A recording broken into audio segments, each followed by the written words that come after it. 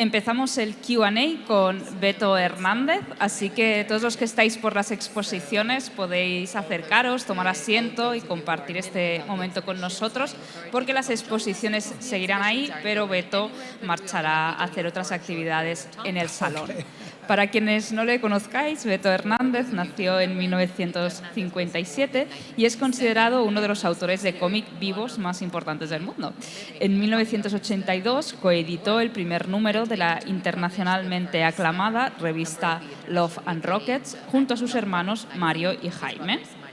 La revista destacó en el mundillo del cómic de finales de los 70 y principios de los 80, dominado por un público masculino y centrado en la cultura del punk rock de la época y estar protagonizado por sólidos personajes femeninos.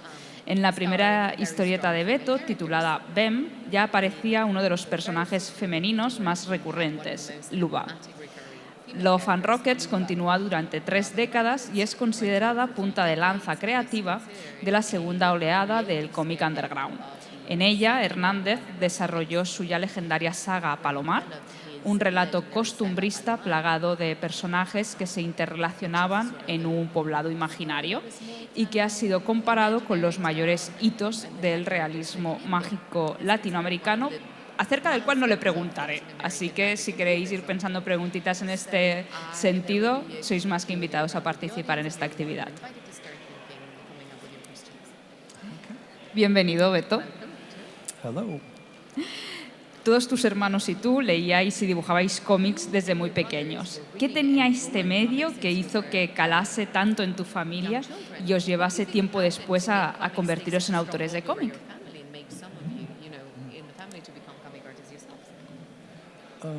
Our mother, she read comic books when she was a child, and she liked to copy drawings from them. You know, this is in the 1940s, and she liked to draw from the comics. And so when then when she got married and she had Mario, who's 4 years older than me, he read comic books and he drew from them as well. And that's how that began. And I just saw him doing that, so I just copied my big brother, you know, drawing comics. And then Jaime copied me and Mario. So we just did it because it was entertainment for us. Pues mi madre era lectora de cómics de niña y luego pues dibujaba los cómics que leía, esto en los años 40, y cuando nació mi hermano Mario pues empezó también a leer cómics y a dibujar los cómics que leía, y yo empecé a hacerlo pues para copiar a mi hermano mayor, y luego nuestro hermano pequeño Jaime empezó a hacerlo también, y así empezó para nosotros, era pues entretenimiento. Oh, qué bonito lo de la madre, creo que no me lo habían dicho nunca.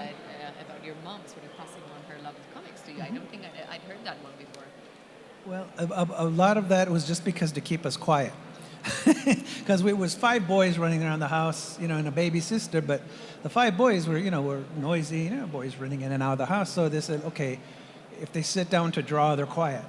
So she said, read comic books and draw from comic books. And we did. And so it was the 1960s, so comic books had a resurgence. They had a very big, that's when the Marvel comics became popular. And we simply enjoyed them, and we just wanted to make our own comics that were like those. I mean, we're small children, but we just liked comic books. We just liked the way the stories were told and what they were about. Pues básicamente nos trasladó su amor por los cómics para que estuviéramos calladitos. Al final éramos 5 chicos y una niña, nuestra hermana pequeña, armando jaleo de sol a sol, y yo creo que se dio cuenta de que si nos ponía tebeos y luego nos poníamos a dibujarlos, nos estábamos calladitos, así que fue, venga, niños, tomad. Al final también era Estados Unidos, en la década de los 60, los cómics empezaron a tener un resurgimiento, empezaron los cómics de Marvel y a nosotros nos encantaron, y nosotros en realidad queríamos hacer cómics como esos, aunque fuéramos solo niños, porque realmente era un tipo de historia que nos gustaba muchísimo como estaban contadas. De hecho, por la época, ¿no? Él se crió leyendo autores como Jack Kirby, Steve Ditko y tiras de prensa, no sé, como Archie. ¿Crees que estas lecturas han dejado huella en el Palomar? the comic books we read that we liked as kids, they taught me how to tell a story. And there was a comic book called Little Archie. And what I liked about it is the artist was able to do his own stories without being bothered by the big companies, the big company that he worked for. So he did stories about children that I really liked. So I wanted to make a comics that were like those comics about just about kids and people living in a small town.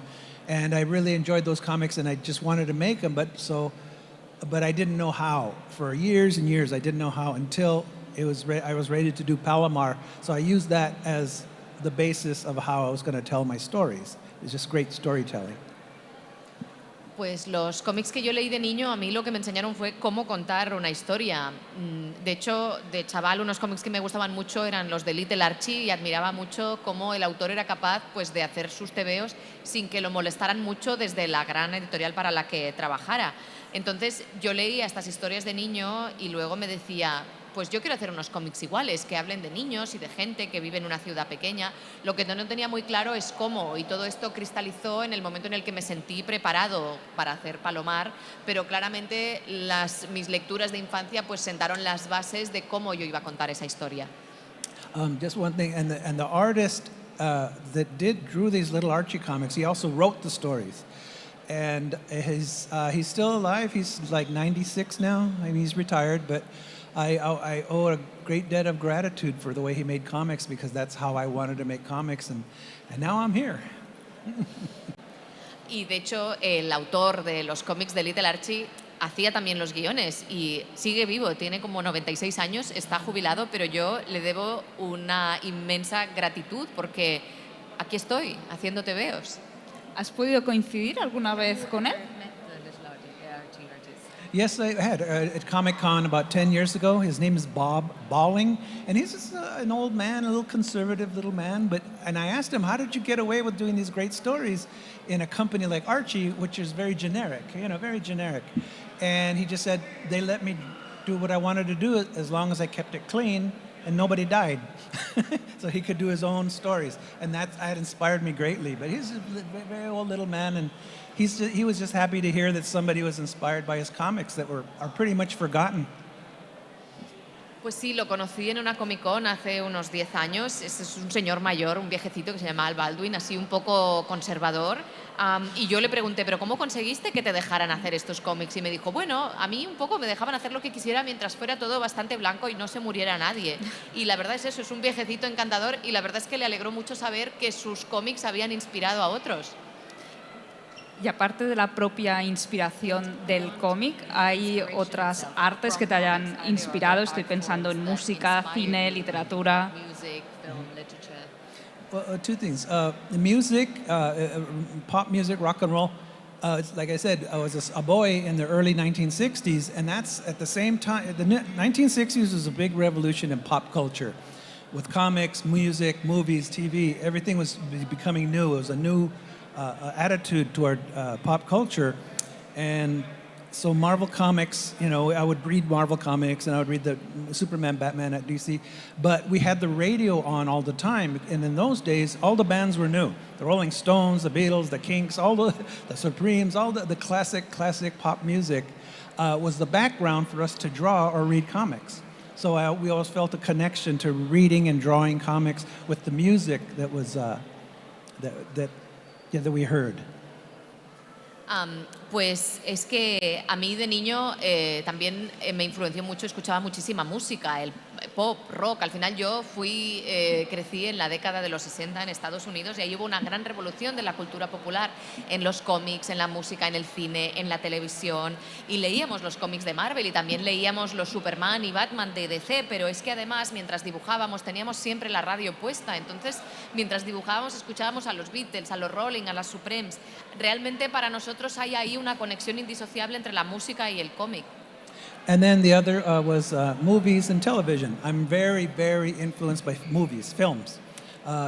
Comics, yes, but mostly real life, comics, movies and TV, and rock and roll. Those are the four things that influenced me. But real life has a lot to do with what inspired me to tell stories, just living life and observing people. Y sí, evidentemente el cine y la televisión también me influyeron muchísimo. De hecho, a mí, pues evidentemente me influenciaron eso, los cómics, las películas, la televisión y el rock and roll. Pero luego hay otra cosa que fue lo que me movió a contar mis propias historias, que fue la vida real, las cosas que yo vivía y escuchaba a mi alrededor.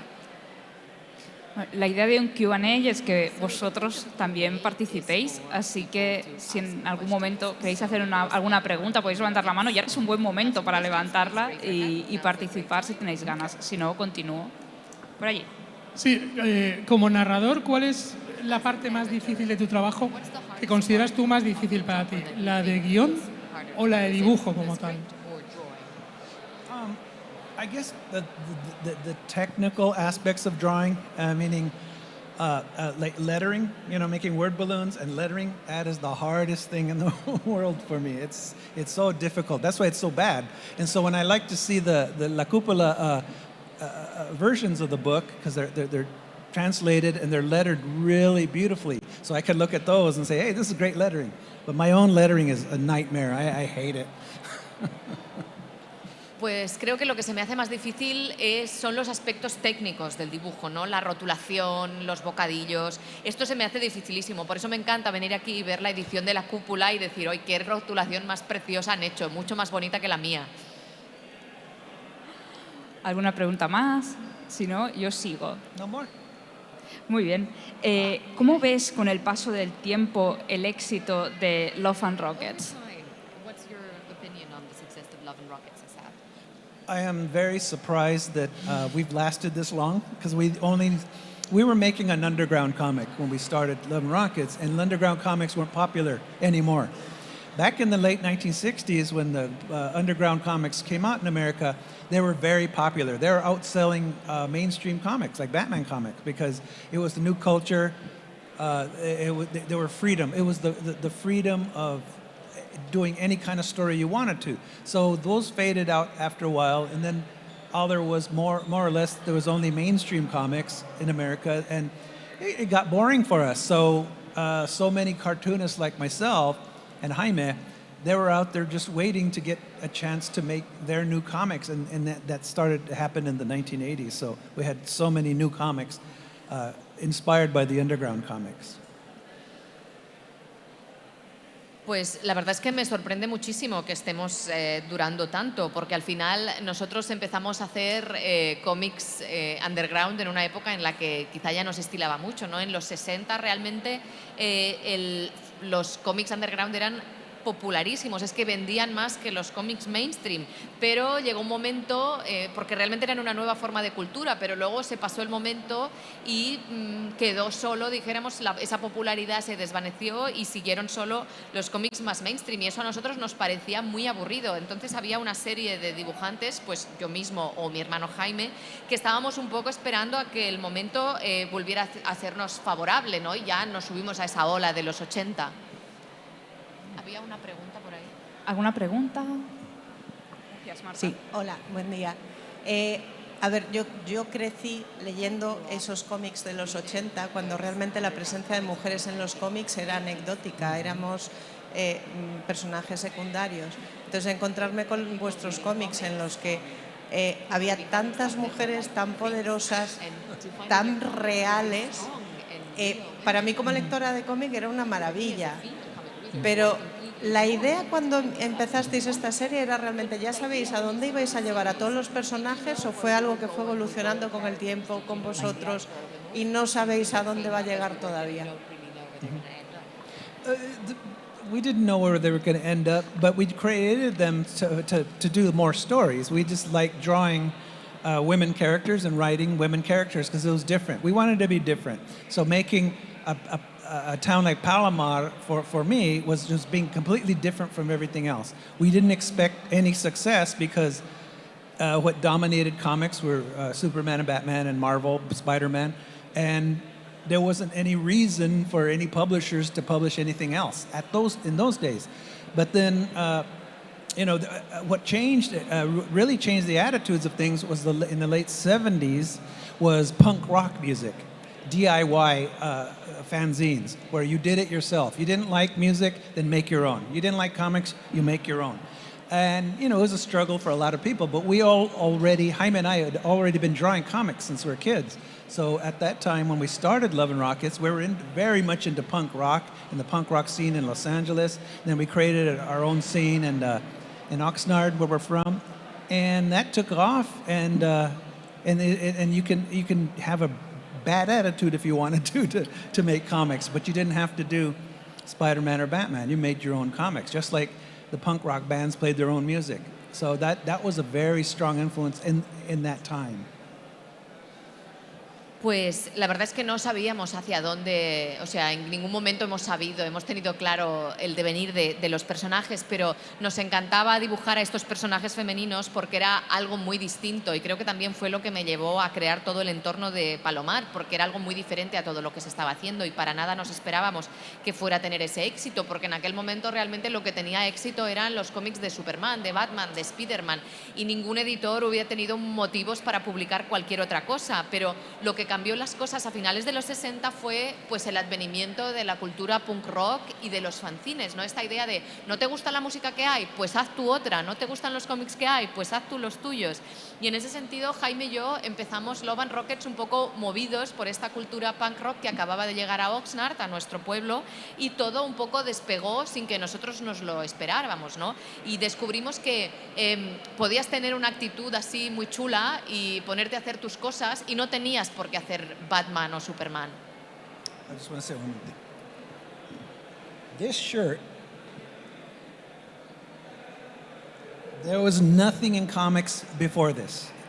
Nothing, every time rock and roll, most of the rock and roll in comic books was stupid. They just didn't know how to do it. They didn't know how to transform what teenagers were listening to. They just made it on the superficial, you know. They would have bands with 6 and 7-string guitars going, yeah, yeah, yeah. And that was what rock and roll was in comics. So since we were going to shows, we were playing, you know, I play guitar myself. When Jaime did this cover, he did it because that's what we saw at shows. I don't know if you can see or if you ever see the cover, but the singer is in the audience with her feet sticking up. That's a normal thing in a punk rock show. So when the mainstream fans started looking at this, they're going, what is this? This what? And it became a very popular image. But anyway, and so having known what rock and roll was, we were able to put it in the comic as we saw it, not as we were supposed to do it. Y luego quería enseñaros esta camiseta que llevo puesta porque hasta que venimos nosotros no había nada parecido a esto en el mundo del cómic. Todo lo que se hacía en cómic sobre rock and roll era una tontería porque nadie realmente sabía cómo reflejar qué era lo que estaban haciendo, lo que escuchaban los adolescentes, ¿no?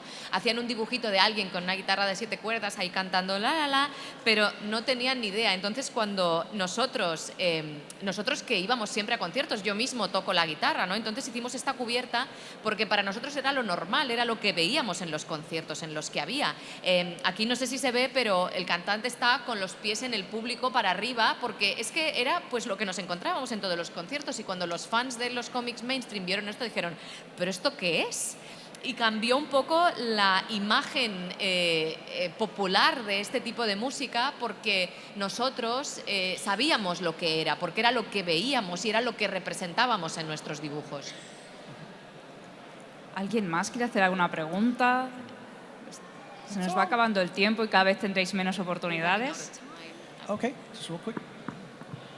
Hola, buenos días. Hablaba antes de la importancia que tuvo el cine para inspirar su saga y lo que es curioso es que a lo largo de los años no se haya hecho, o que yo conozca, no se ha hecho ninguna adaptación al cine o a una serie. No sé si ha habido alguna vez algún plan sobre ello y luego no sé si esta dificultad ha sido como suele ocurrir con las novelas de realismo mágico que son imposibles de adaptar.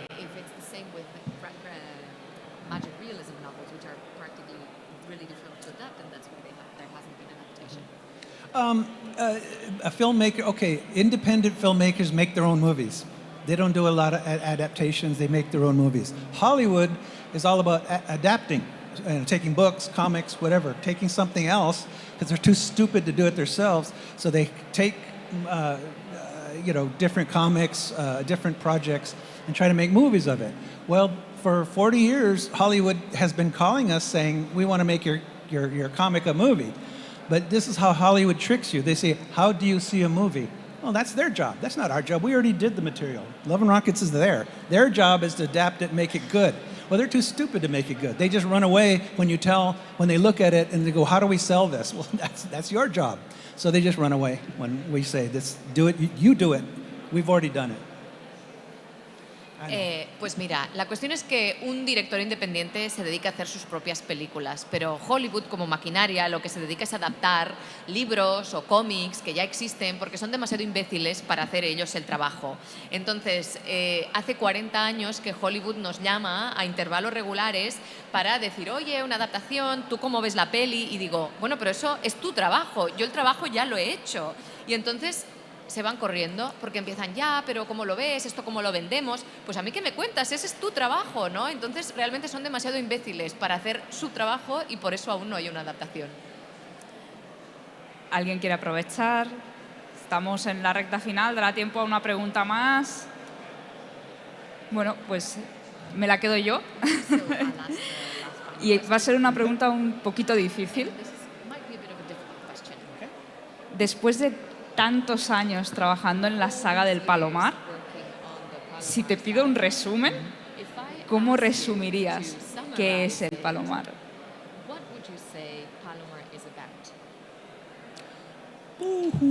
Palomar essentially is about all of us. All of us. I just created a town where we all live in. You just put yourself in the characters because I just wanted to have a world where we can all relate to, that it wasn't about, fantastic, well, there's fantastic things in it, but we try not to make it a distraction. We tried to make it more of bringing people together as far as readers go. And basically just having people, real people in a setting that, that worked in comics. Pues Palomar es una historia que trata sobre todos nosotros, sobre un pequeño pueblo en el que todos nosotros vivimos, en un mundo que quería que fuera identificable para cualquiera, a pesar de tener sus elementos fantasiosos, pero lo que no quería era que fuera una distracción, sino algo que realmente reuniera, aglutinara a todo el mundo, a mostrar a gente real viviendo en un mundo reconocible en forma de cómic.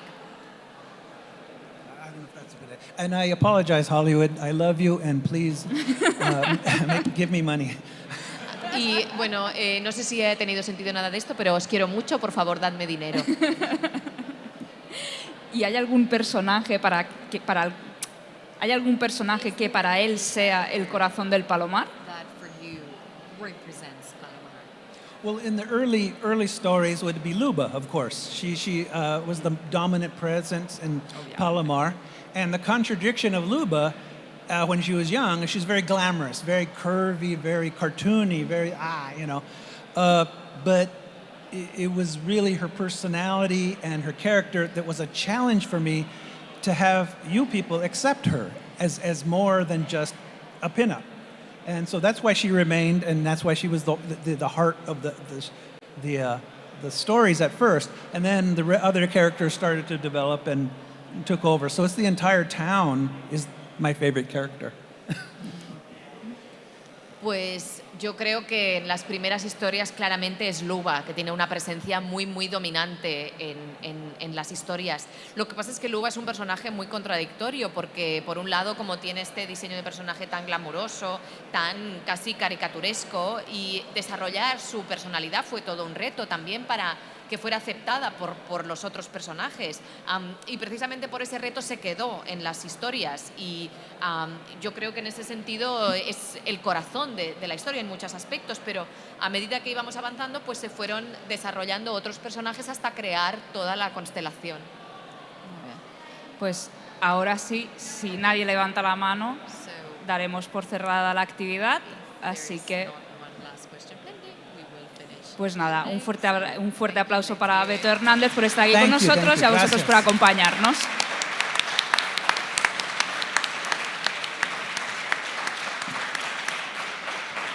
Muchas gracias. Hasta